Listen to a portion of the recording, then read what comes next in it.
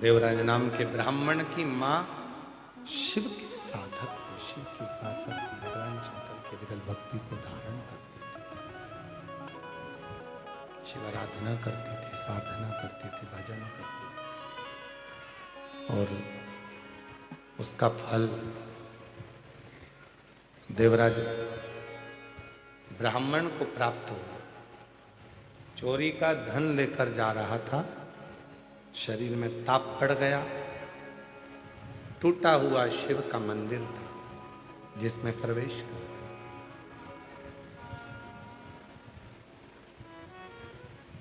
और दीवार से चुप कर बैठ गया क्योंकि शरीर में ताप पड़ रहा था, बुखार आ रहा था, शरीर कांप रहा था। एक लोटा जल चढ़ाने का जो फल है वो केवल एक या दो लोगों को प्राप्त नहीं होता, घर में जितने सदस्य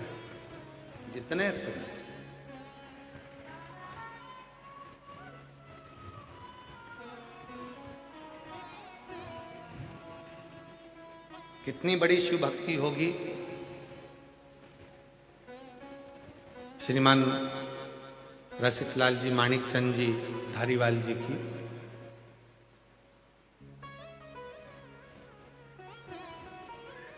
श्री प्रकाश जी के पिताजी, उनकी शिव भक्ति को देखिएगा जरा। बीच में बता रहे थे कि उनका एक बार स्वास्थ्य खराब हो गया था और स्वास्थ्य खराब होने के बाद जब वो हॉस्पिटल से छुट्टी लिए, हॉस्पिटल से जब छुट्टी मिली और हॉस्पिटल से छुट्टी पाने के बाद में जब घर आने के लिए उनको भेजा गया तो सबसे पहले वो घर बाद में आए, पहले श्री रामलिंगम मंदिर में जाकर भगवान शिव की आराधना से। एक शिव भक्त होता ही ऐसा, उसकी साधना, उसकी आराधना, उसकी जो भक्ति है, उसका जो विश्वास है, वो भरोसा, वो विश्वास, वो दृढ़ता उसके जीवन की कहीं ना कहीं परिवार को सुख जरूर है, फल जरूर है।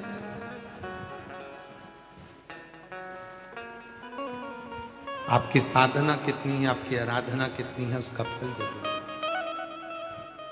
इसीलिए आप लोगों से कहते हैं, ऐसे दयालु नाथ से रिश्ता बनाइए, ऐसे दयालु नाथ से रिश्ता बनाइए, मिलता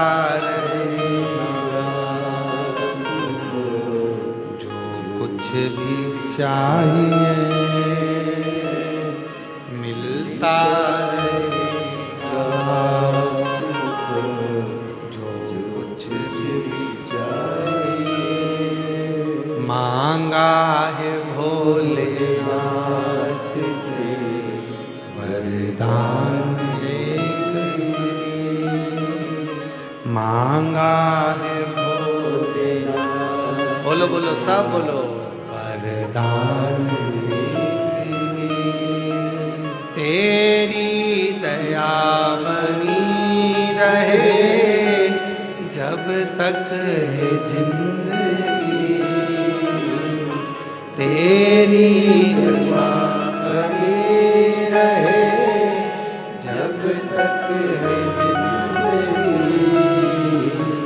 मांगा है भोलेनाथ से वरदान,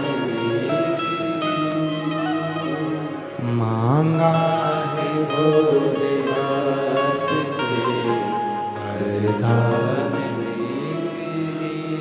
बाबा से केवल एक वर मांगो कि जब तक जीवन है तब तक तेरी कृपा बने, तब तक तेरी कृपा बने।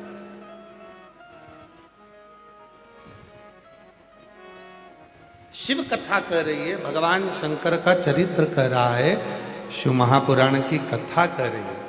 देवराज शरीर में ताप पड़ा, बुखार आया, शरीर में जैसे ही ताप पड़ा एक टूटे हुए शिवालय में वो प्रवेश कर गया। चोर था, चोरी का सामान ले जा रहा था। यदि बहुत ज्यादा चोरी का सामान चोर कर लेकर जा रहा है तो वो कहीं और दूसरी जगह चले जाता, पर वो शिवालय तक क्यों पहुंचा? चोरी का धन भी साथ में था, उसके बाद भी वो शंकर के करीब में क्यों पहुंचा? उसका कारण केवल एक था, क्योंकि उसकी माता शंकर के मंदिर में रोज एक लोटा जल चढ़ाती थी, उसका पुण्य उसके साथ में, उसका पुण्य उसके साथ में रहा। वो पुण्य उसको ले गए। आप लोगों को शिव महापुराण की कथा में कौन लेकर आया? आपका पुण्य। आप शंकर के मंदिर में एक लोटा जल चढ़ाने जा रहे हो, आपको कौन लेकर जा रहा है? आपका पुण्य। आप शिव की भक्ति कर रहे हो, उसमें कौन आपको लेकर जा रहा है? उसमें आपका पुण्य, उसमें आपका सत्कर्म।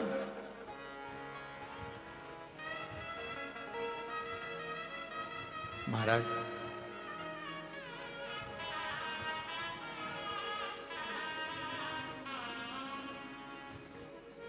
उसके पुण्य के बिना संसार में कोई कार्य नहीं हो सकता। रामकिशन नाम के ढेर सारे लोग हैं, प्रदीप नाम के ढेर सारे लोग हैं, नंद किशोर नाम के ढेर सारे लोग हैं, विपिन नाम के ढेर सारे लोग हैं। जरा विचार करिएगा, जितनी बजे तुम जन्म ले हो, जितनी बजे एक बच्चा एक बच्ची जन्म लेती है, उतने ही बजे, उतने ही पल, उतनी ही घड़ी, उतने ही समय में लाख बच्चे एक साथ पृथ्वी पर जन्म लेते हैं। लाखों। पर सबकी किस्मत अलग अलग होती है, सबकी किस्मत।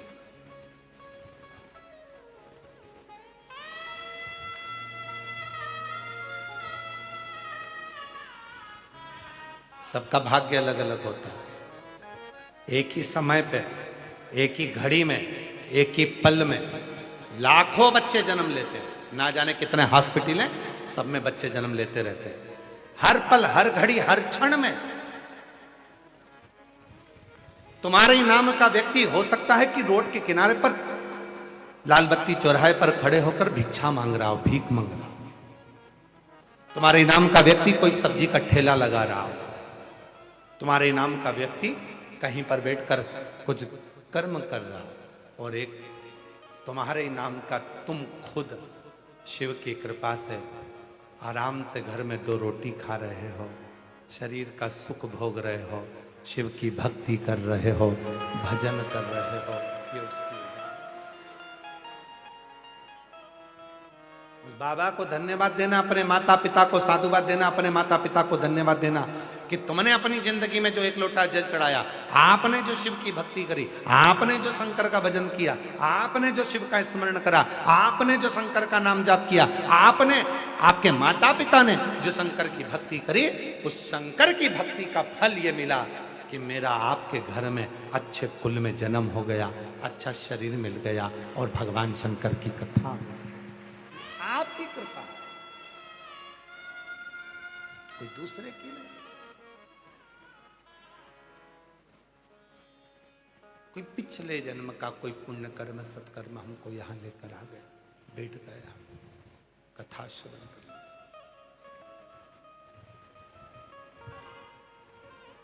कितना पुण्य है। शिरूर में कितने लोग रहते होंगे? हमने आदित्य बाबू से पूछा था तो उन्होंने कहा था कि ना जाने कितनी संख्या बताई थी, इतने इतने लोग यहाँ शिरूर में रहते। हमने पूछा भी था, रास्ते में हमने पूरी पूरी बात करी शिरूर की, ऐसे नहीं है वो।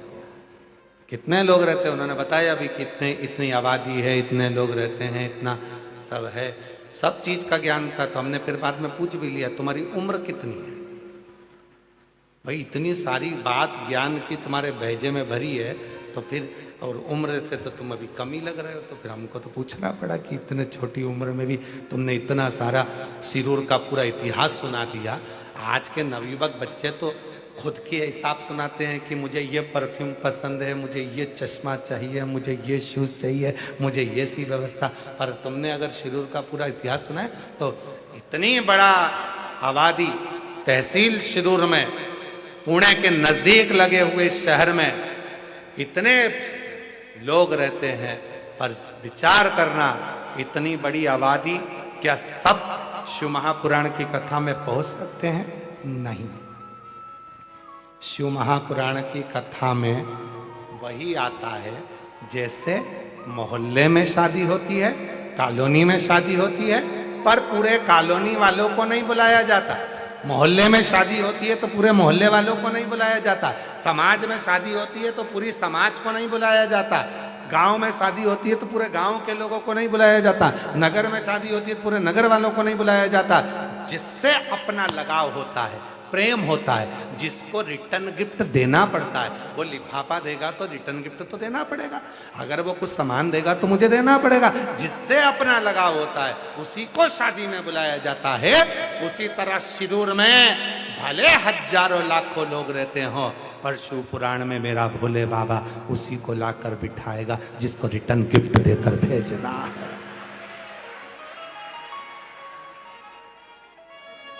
बोल बम का नारा है, आवाज नहीं आई। हारा हारा,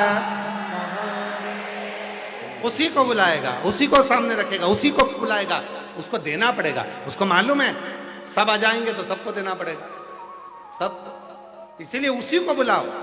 और कई लोग तो तैयारी कर कर बैठे थे, इतनी पास में कथा हो रही है, जाऊंगी जाऊंगी जाऊंगी, और मालूम पड़े कोई काम में ऐसी उलझ गई, बैग धरा की धरा रह गया, टिकट बना की बना रह गया, और गाड़ी जा रही थी, पड़ोसी ने पड़ोसन से बोल के रखा था मैं भी चलूंगी, सीवर वाला बाबा आया ना, मैं चलूंगी, तैयारी रखना, गाड़ी कर लो, सब इकट्ठे हो जाओ। सब ने गाड़ी कर ली मिलके, और मालूम पड़े आने वाली थी कमला, आ गई बिमला, धरी रह गई कमला।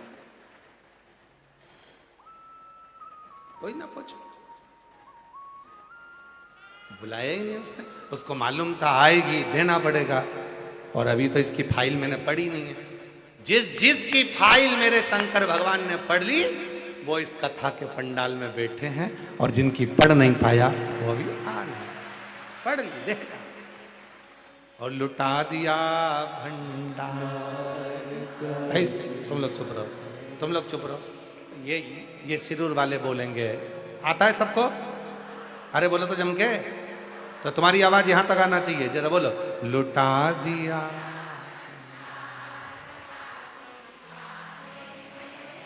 कर दिया माल, जो जैसी भा वो वैसा ही, नहीं खाली उसे वो मन ही मन हर्ष, और कर दिया माला काशी, लुटा दिया। बहुत सुंदर सिरूर वालों, घर जाके नजर उतरवा लेना, बहुत जोरदार। शिव कृपा हो, जिसको देना है वही आएगा, नहीं बुलाएगा। प्रार्थना करो, विनय करो, निवेदन करो।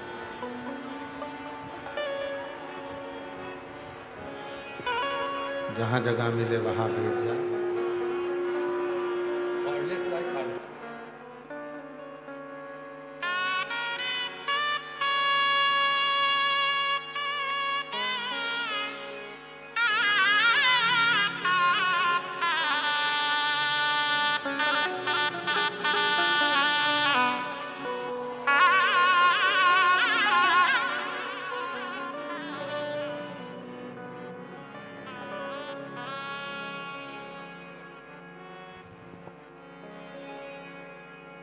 शंभु शंभु शंभु शंभु शंभु जहाँ जगह मिले वहाँ बैठे।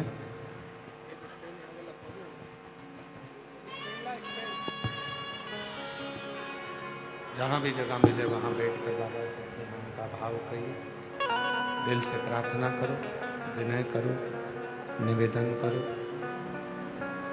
बाबा को अपने मन का भाव कहिए, साथ में बोलिएगा, प्रार्थना करिएगा, विनय करिएगा।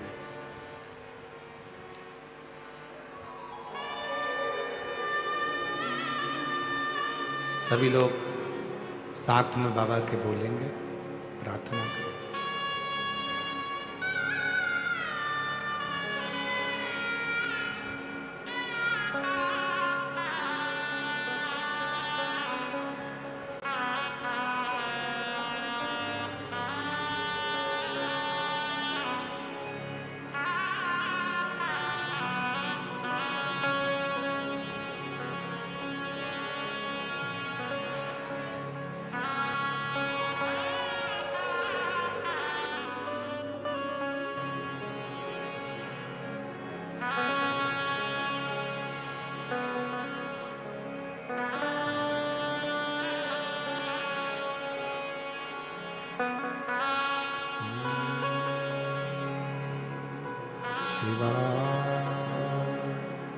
नमस्तु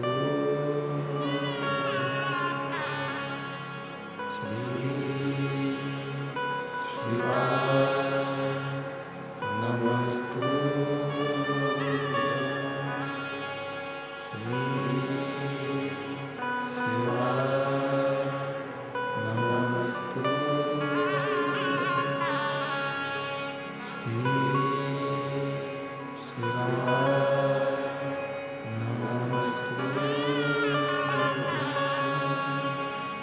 श्री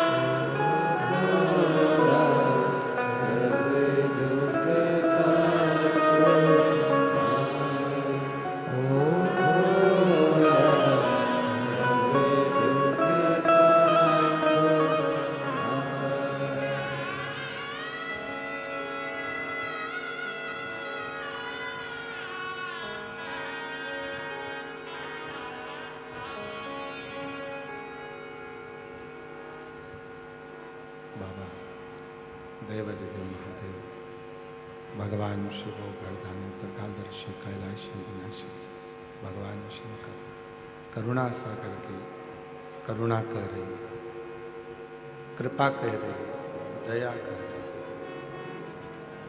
शिव तत्व कह रहा, भगवान देवादिदेव महादेव का प्रसंग कह रहा।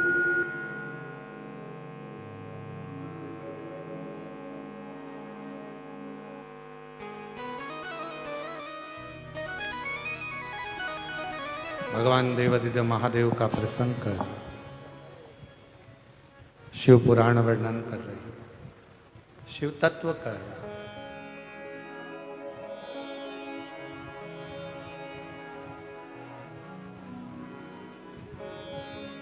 जब व्यक्ति कर्म करता है और कर्म की प्रधानता रखता है तो उसका फल उसको मिलता जाए। और फिर निवेदन है, जिंदगी में यदि बहुत आगे बढ़ना है तो अपने कर्म से पीछे नहीं हटना। कर्म करना, मेहनत करना, परिश्रम करना, संघर्ष करना, उसका फल आपको मिलेगा। ये कोई साधारण सा प्रसंग नहीं है या साधारण सी कथा नहीं है।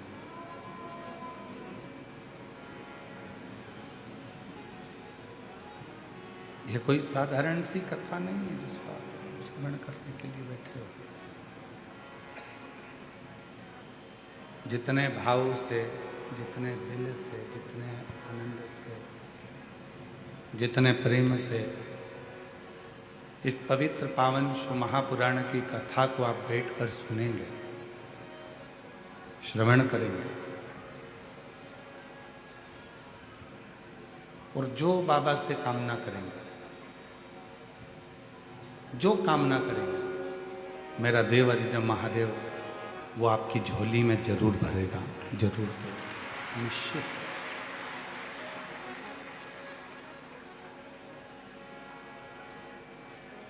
ये कथा केवल कथा नहीं है, इसको केवल कथा नहीं कर सकते, इसको केवल कथा नहीं,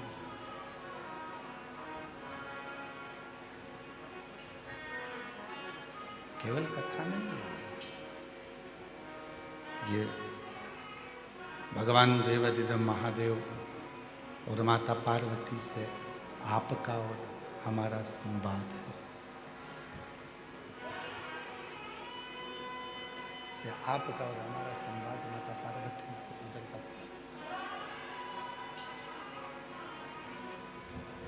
आपका और हमारा संवाद। पीछे आवाज नहीं है, साइड में आवाज नहीं है। शिव कथा भगवान शंकर का चरित्र, भगवान शिव की अविरल भक्ति, भगवान देवाधिदेव महादेव का ये प्रसंग संपूर्ण विश्व के कल्याण का प्रसंग है।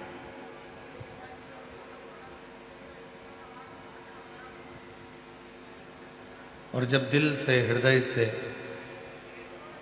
भगवान शिव की अविरल भक्ति को आप हृदय में उतारते हैं, भगवान शंकर की विरल भक्ति को, पीछे की आवाज बढ़वाइए, पीछे की आवाज बढ़ाओ। भगवान शिव की अविरल भक्ति को जब आप हृदय से उतारते हैं और भगवान शंकर की विरल भक्ति को जब अपने हृदय में संजोते हैं तो निश्चित है कि शिव कृपा करते जाएंगे।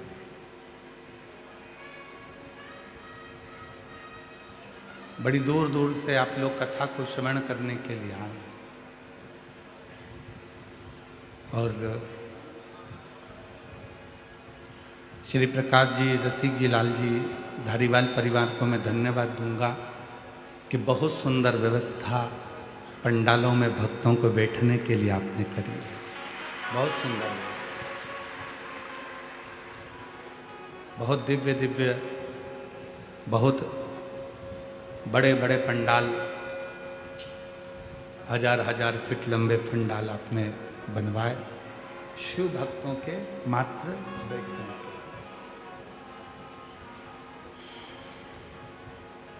अब जितने श्रोता हैं, जो कथा को सुनने वाले हैं, कथा को श्रवण करने वाले हैं, कथा के रसिक जो श्रोता हैं, जो केवल भगवान शिव से अपने मन की बात करने के लिए यहाँ आए हैं,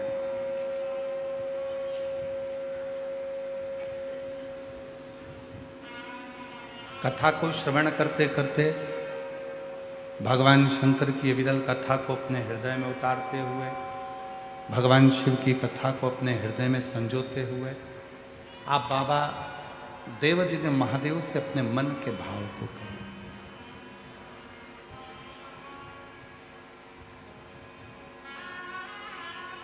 शिरूर वालों को यह कथा मिली,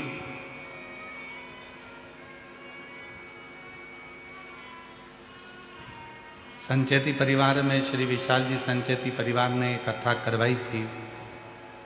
समय हो गया। उस समय पर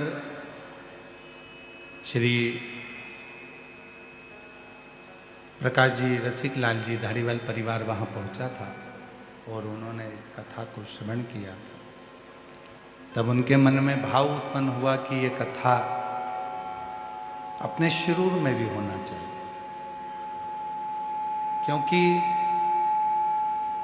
शिरूर की वो पवित्र धरा एक ऐसी धरा है, महाराष्ट्र की भूमि पर जब भी आप पुणे आए या पुणे के आसपास में आए तो एक बार शिरूर जरूर आए और शिरूर की इस पवित्र धरा पर श्री रामलिंगम मंदिर का दर्शन करें।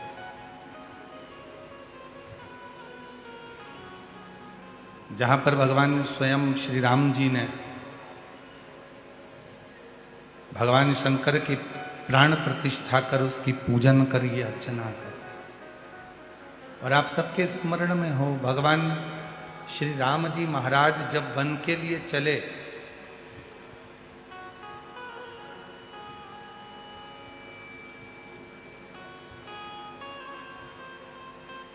तो गुरु बाबा ने और श्री दशरथ जी महाराज ने केवल राम जी को एक बात बड़ी अच्छी कही कि राम, यदि दुनिया के सारे दुखों को नष्ट करना है, दुनिया के सारे संकटों को नष्ट करना है,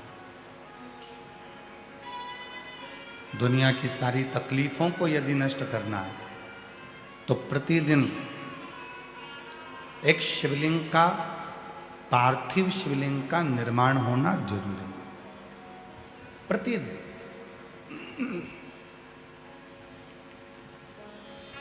शंभु शंभु, प्रतिदिन एक पार्थिव शिवलिंग का निर्माण हो, उसका पूजन करें, उसकी अर्चना करें। ये कोई भी बक्से ऊपर के नहीं चल रहे हैं, एक भी बक्से।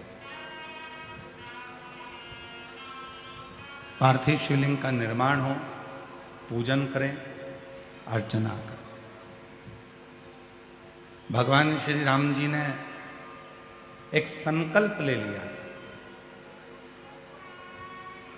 जितने समय मेरे बाबा भगवान श्री राम जी महाराज अयोध्या से लेकर लंका तक चले, उस अयोध्या से लंका तक के बीच में आप जितने भी राम पथ गमन में जाकर देखेंगे, राम पथ गमन को भारत सरकार द्वारा बनाया गया है। उस पूरे राम पथ गमन में, पूरे राम पथ गमन के अंतर्गत, पूरे राम पथ गमन में जितने राम जी के मंदिर नहीं हैं, पूरे राम पथ गमन में जितने भगवान श्री राम जी के मंदिर नहीं हैं, उससे अधिक भगवान श्री देवादिदेव महादेव के मंदिर हैं, जिनको भगवान श्री राम जी ने स्थापित किया।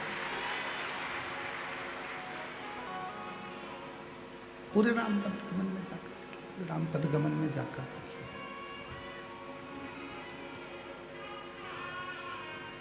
और राम पथ गमन में, पूरे राम पथ गमन में आप देखेंगे कि सबसे ज्यादा यदि कोई मंदिर है तो वो मंदिर है भगवान शिव। और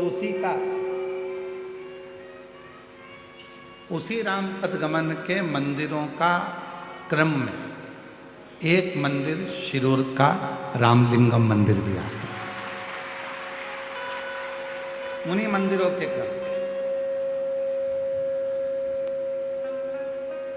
जहाँ पर भगवान देवादिदेव महादेव, भगवान शंकर की पूजन की जाती है, अर्चना की जाती है, भगवान शंकर की आराधना की जाती है।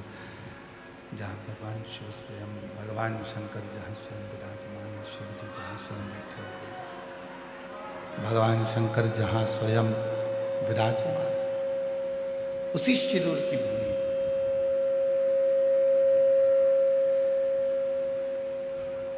अब जरा विचार करिए कि जितने शिरूरवासी हैं, इसीलिए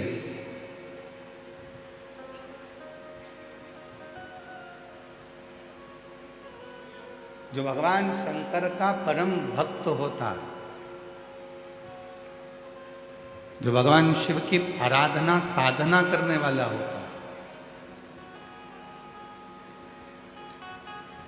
कई लोग कहते हैं कि लंकापति रावण भगवान शंकर की बहुत पूजन करता था। बिल्कुल करता था। कोई कहता है भगवान शंकर की आराधना लंकापति रावण बहुत भक्ति से करता था। करता था।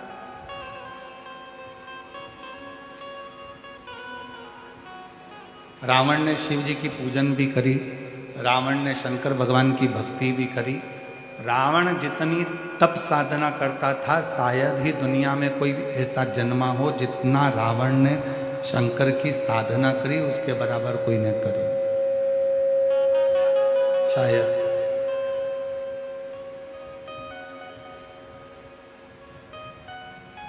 रावण ने अपना शीश काट काट कर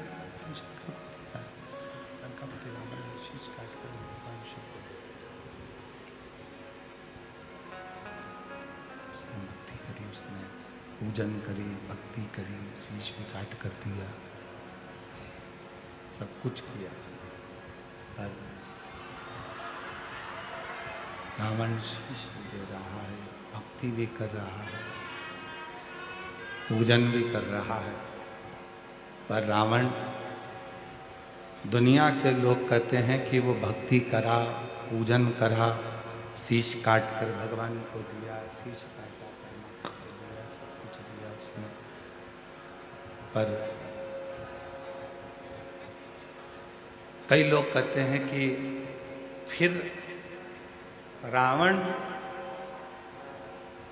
का अंत क्यों हुआ, उसका कारण क्या।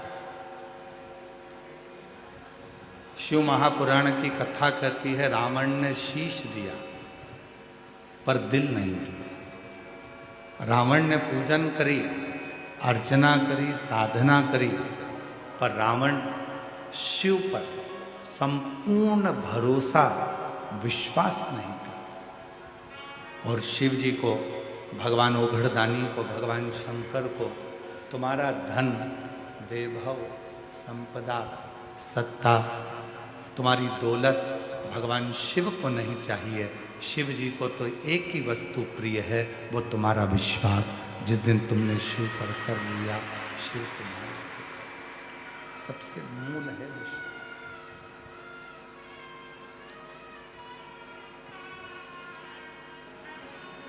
भरोसा, और वो विश्वास, वो भरोसा, वो दृढ़ता तुम्हारे भीतर है।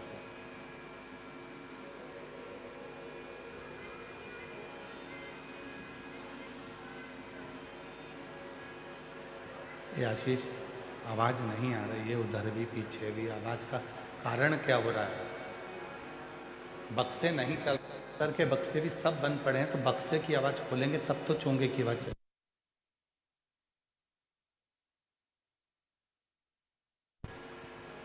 शिव को विश्वास प्रिय है।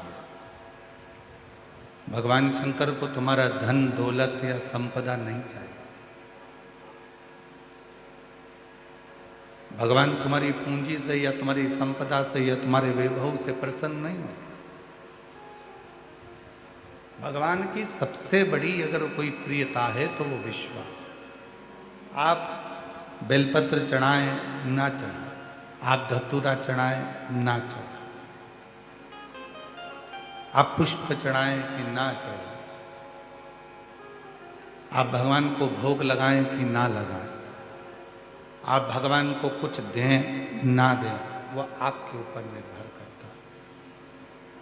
पर शिव को सबसे ज्यादा यदि कुछ प्रिय है, भगवान शंकर को यदि सबसे ज्यादा कुछ प्रिय है, तो वो आपका विश्वास, आपकी दृढ़ता, आपका भरोसा है, आपका विश्वास है। और जितना जितना विश्वास आप, जितना जितना भरोसा, जितनी जितनी दृढ़ता, जितना जितना विश्वास आप भगवान शिव पर करोगे, जितना जितना विश्वास आप शिव पर करोगे, उतना उतना शिव तुम्हारे करीब में आते चले जाएंगे। एक देवराज नाम के ब्राह्मण के प्रसंग से शिव महापुराण की शुरुआत होती।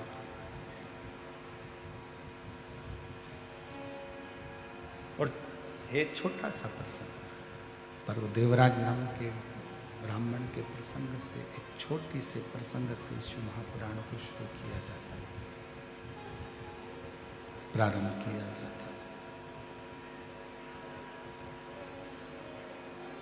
छोटा सा प्रसंग शिव महापुराण के महत्तम में देवराज का आता है।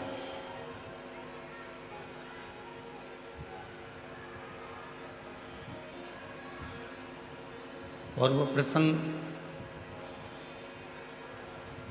देवराज नाम के ब्राह्मण का जो प्रसंग शिव महापुराण में वर्णित किया गया, उस प्रसंग से प्रत्येक जीव के अंदर, प्रत्येक जीव के अंदर ये भाव उत्पन्न हो।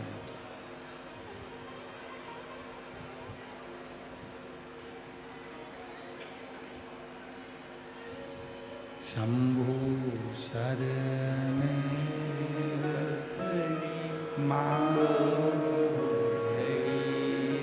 आवाज आ रही, देखो तो दया करी शरण आपो, शंभु शरण पड़ी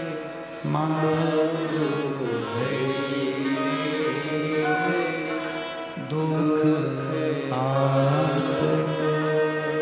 दया करीन दर्शन ओ शंभु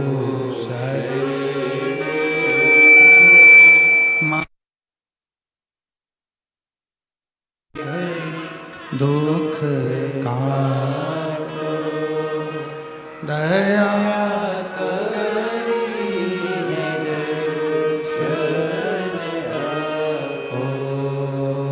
शंभु शरण मांगू घड़ी दुख का दया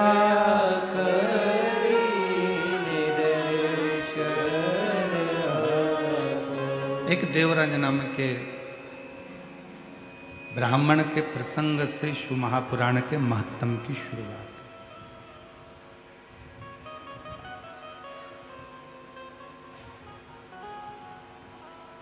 वो देवराज जिसकी माता शिवालय में जाती है, शिव जी की आराधना करती है, साधना करती है, पूजन करती है, अर्चना करती है, भगवान की आराधना करती है, वो देवराज। और उस देवराज की माता शिवालय जाती है, आराधना करती है, साधना करती है, पूजन करती है, अर्चना करती है।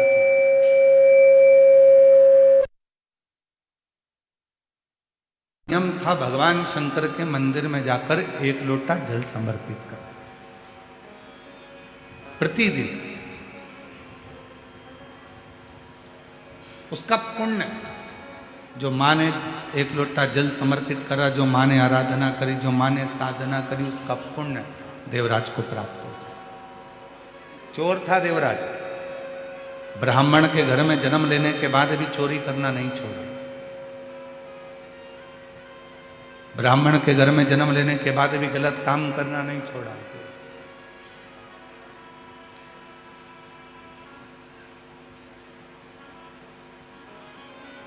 ना चोरी करना छोड़ रहा है देवराज, ना बेकार कर्म करना छोड़ रहा। पर एक माता का करा गया पुण्य कितना काम आता है, जरा विचार करो। दादाजी ने जो पुण्य करा वो भी पोते को प्राप्त होता है, और पिताजी ने जो पुण्य करा वो भी बेटे को प्राप्त होता है। दादी ने जो पुण्य करा वो भी पोते को प्राप्त होता है, और माँ ने जो पुण्य करा वो भी बेटे को प्राप्त होता है।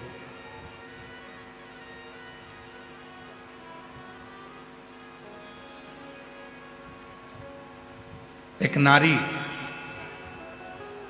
और एक पुरुष, दोनों के व्रत करने में बड़ा अंतर है। शिरूर वालों थोड़ा सावधानी से सुना है, स्त्री भी व्रत करती है और पुरुष भी व्रत करता है। पुरुष यदि सोमवार का व्रत कर रहा है, शनि महाराज का व्रत कर रहा है, मंगलवार का व्रत कर रहा है, बुधवार का व्रत कर रहा है, रविवार का व्रत कर रहा है, बृहस्पतिवार का व्रत कर रहा है, शुक्रवार का व्रत कर रहा है, कोई भी व्रत यदि पुरुष करता है तो उसके व्रत करने का फल केवल पुरुष को ही मिलेगा।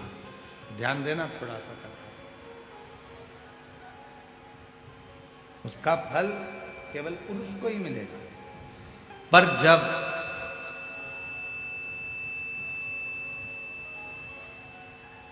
एक स्त्री अगर कोई व्रत करती है तो उसका फल केवल स्त्री को नहीं मिलता, उसके पति को भी मिलता है, उसके पिता को भी मिलता है, उसके ससुर को भी मिलता है, उसके भाई को भी मिलता है।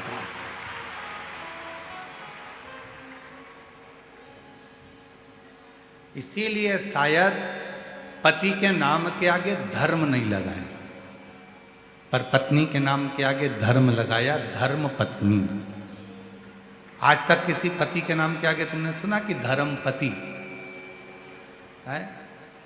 अरे बोलो तो शिरूर वालों, सुना आप लोगों ने? नहीं सुना।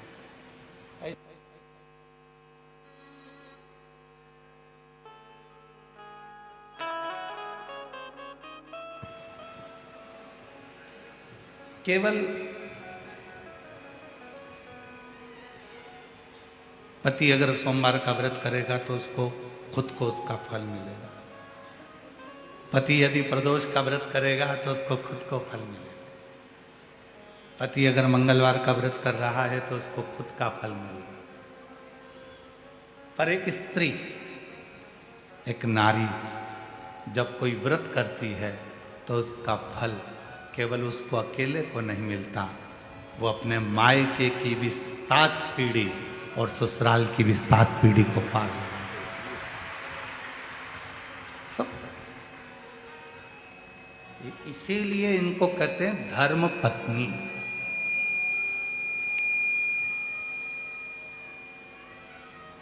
और पतियों के नाम के आगे धर्म नहीं लगाया कि तुम धर्म पति, वो धर्म पत्नी है।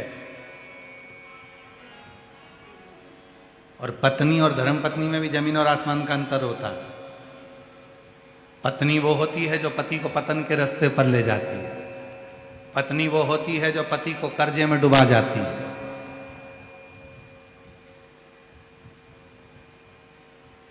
हो सकता है हमारी बात का किसी किसी को बुरा भी लग जाए। पहले शादी होती थी तो लड़की की मुंह दिखाई होती थी तो उसमें पैसा मिलता था। बोलो सही है कि गलत है? पहले मुंह दिखाई में पैसा देना पड़ता था। आज का जमाना ऐसा खड़ा हो गया कि मुंह छुड़ाई का पैसा देना पड़ता है। पहले मुंह दिखाई का देते थे,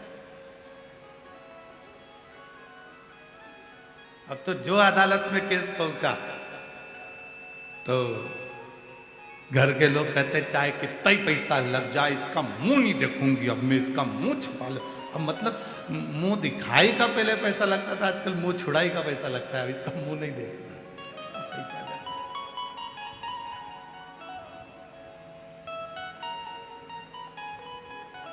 तो पत्नी वो होती है जो पतन के रास्ते ले जाए। पत्नी वो होती है जो पति को कर्जे में डुबा दे। नहीं, मुझे तो ये चाहिए ही चाहिए, कहीं से भी ला के दो, कुछ भी करो, पर मुझे ला कर दो। पत्नी पत्नी वो होती है जो पति को सिनेमा घर तक ले जाए। पत्नी वो होती है जो पति को खंडाला तक ले जाए। और धर्म पत्नी वो होती है जो पति को शिव महापुराण की कथा तक ले आए। धर्म पत्नी वो है जो पति से कह दे चलो अपने गांव में शिरूर में रामलिंगम का मंदिर है, चलो शिव जी को 1 लोटा जल चढ़ा कर आते। धर्म पत्नी वो होती है जो रोज 1 लोटा जल भरकर पति के हाथ में पकड़ा कर दे, अपने पति को 1 लोटा जल देकर कह दे कि सामने शिव जी का मंदिर है, तुम जाओ शंकर जी को जल चढ़ा कर आओ, तुम जाओ भगवान शंकर को जल चढ़ाओ।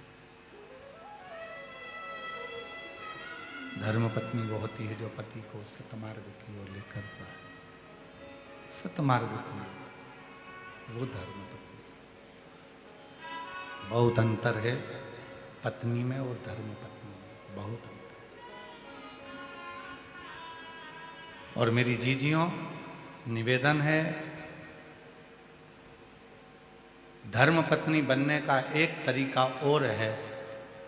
जितनी कथा आप शिरूर की पवित्र धरा पर सुनो, घर जाकर अपने पति को भी उस कथा को जरूर सुनाओ कि आज हमने शिव महापुराण की कथा में क्या सुना, क्या धारण किया।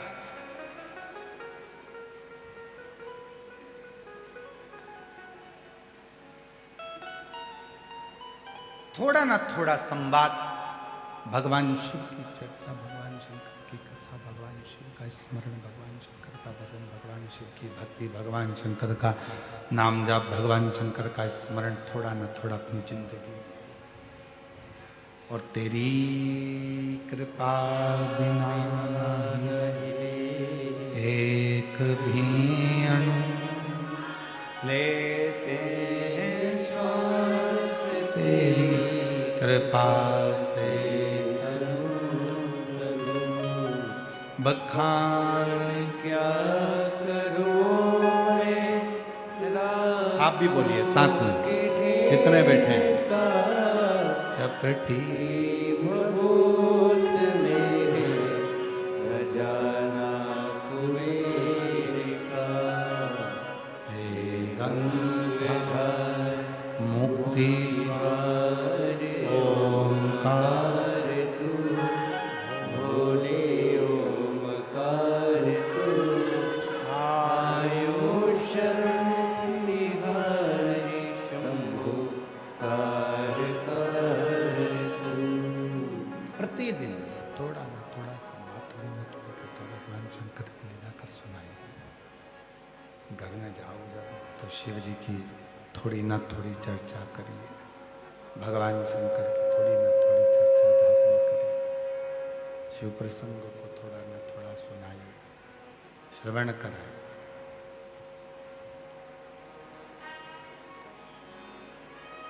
देवराज नाम के ब्राह्मण की जो माँ थी, शिव की बड़ी भक्त थी, शंकर की बड़ी उपासक थी।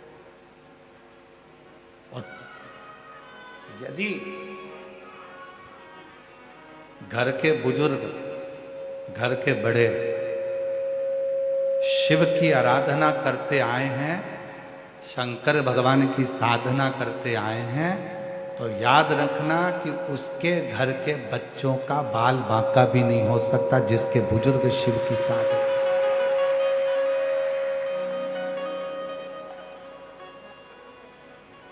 जिसके बुजुर्ग शिव की साधना करते।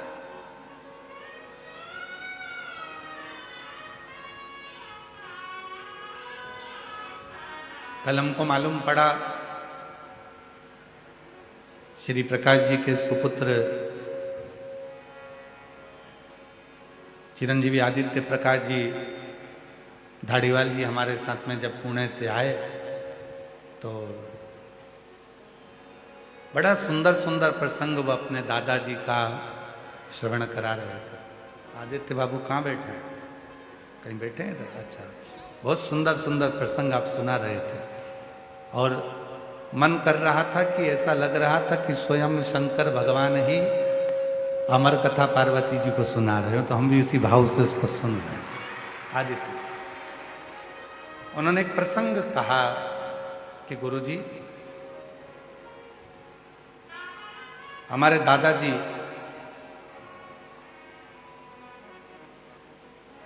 व्रत करते थे सोमवार का, और एक खड़ी शक्कर केवल प्रदोष काल में दिन भर व्रत रखते थे और प्रदोष काल में एक खड़ी शक्कर खाते थे और पूरा व्रत करते थे। तो हमने आदित्य जी से कहा कि ये उन्हीं की पुण्याई है जो आज आप शिव महापुराण की कथा को करवा, जो आपके पिताजी आज अगर शिव पुराण की कथा को करवा रहे हैं तो वो शिव भक्त, वो शिव भक्त।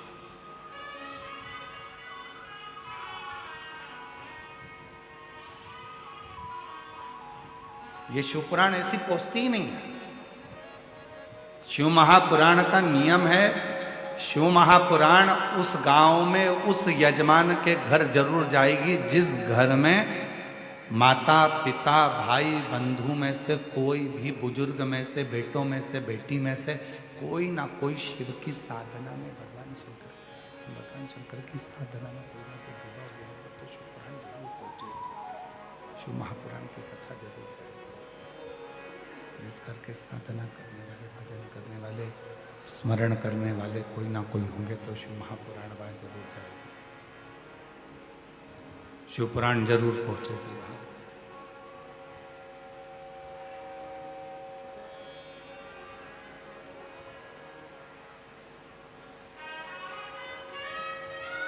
जब हम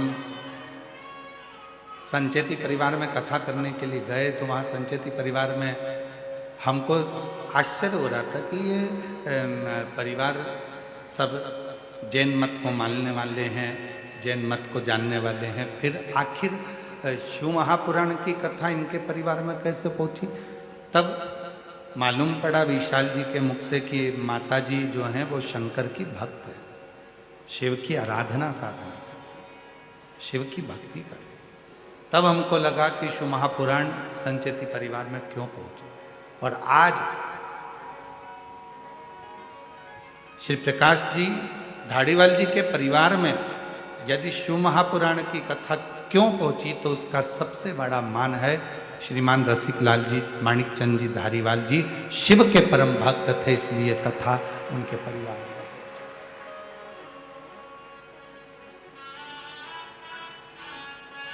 अभी भी नहीं आ रही, नहीं आई। वो जब से ही ऐसे बैठे हुए हैं उनके पास में आवाज नहीं जा रही।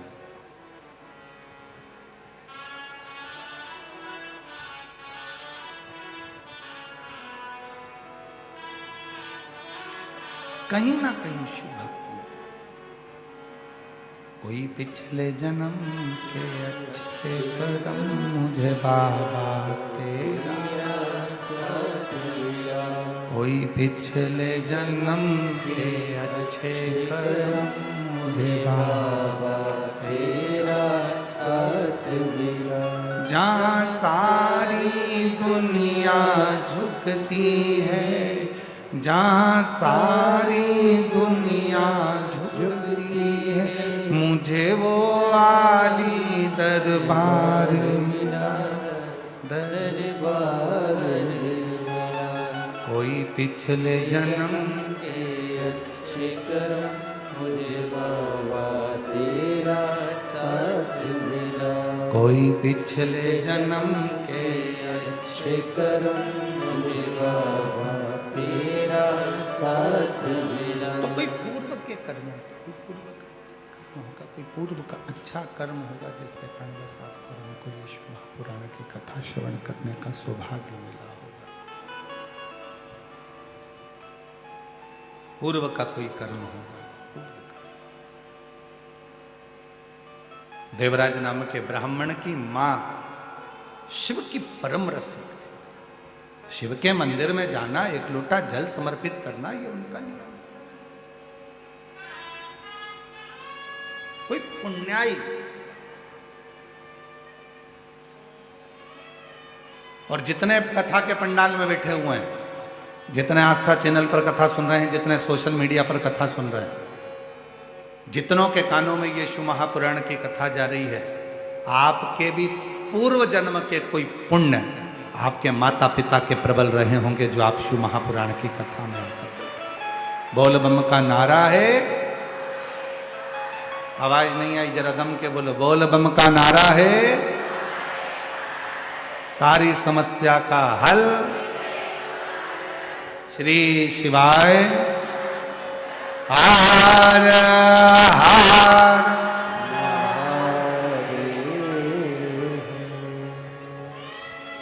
वही पूर्व का कर्म, कोई पूर्व के अच्छे कर्म, और कोई पूर्व के जब अच्छे कर्म होंगे तब शिव की कृपा से आप और हम यहाँ कथा का तत्व ग्रहण करने के लिए, भगवान शंकर की कथा को सुनने के लिए बैठे। कोई पूर्व का कर्म,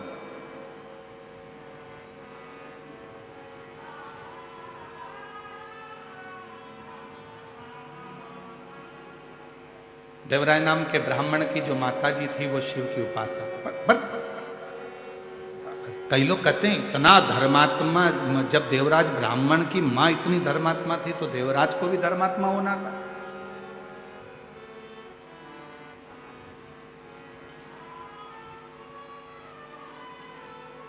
जब माता इतनी धर्मात्मा है, पुण्यात्मा है, तो देवराज को भी धर्मात्मा होना था। जरूरी नहीं है,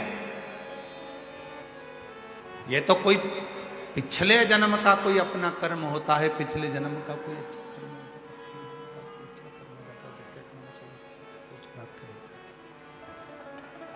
कोई पिछले जन्म का अच्छा कर्म हो जाता है, जिसके कारण बस कुछ अच्छे लोग मिल जाते हैं, जीवन अच्छा मिल जाता है, सत्कर्म करने का मौका मिल जाता है।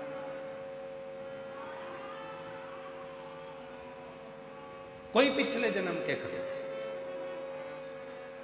देवराज ब्राह्मण की माता धर्मात्मा थी, पुण्यात्मा थी, सत्कर्मी थी, पर देवराज चोरी करता था, गलत काम करता था। तो किसी ने कहा भाई माता इतनी पुण्यवान है, माता इतनी धर्मात्मा है, माता इतनी पुण्यवान है, धर्मात्मा है, रसिक है, तो फिर तो बच्चे को भी धर्मात्मा पुण्यवान रसिक होना चाहिए।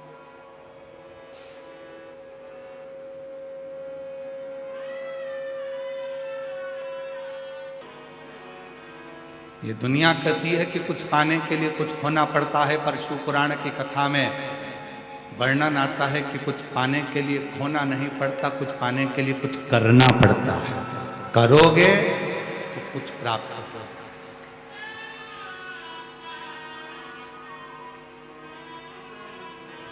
ये दुनिया के लोगों ने प्रसंग बना दिया कि कुछ पाना है तो कुछ करना पड़ेगा, कुछ पाना है तो कुछ खोना पड़ेगा, पर ये प्रसंग नहीं है। कुछ पाने के लिए कुछ करना पड़ेगा, खोना नहीं है, करना।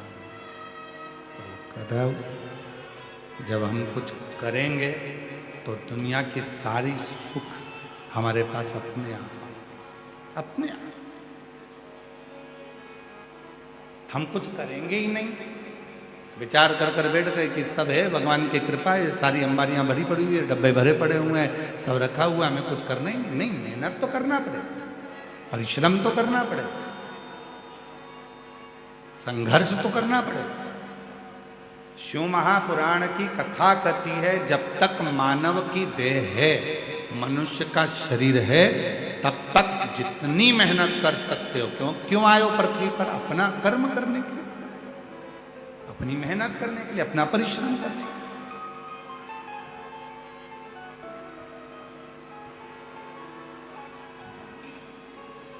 गाड़ी कहां खड़ी है तुम्हारी? पार्किंग में। अरे बोलो तो जम के, कहां खड़ी है? पार्किंग में। पार्किंग से तुम सब कथा स्थल तक धीरे धीरे पैदल पैदल, सिर पे बैग, हाथ में छोटी सी पानी की बोतल,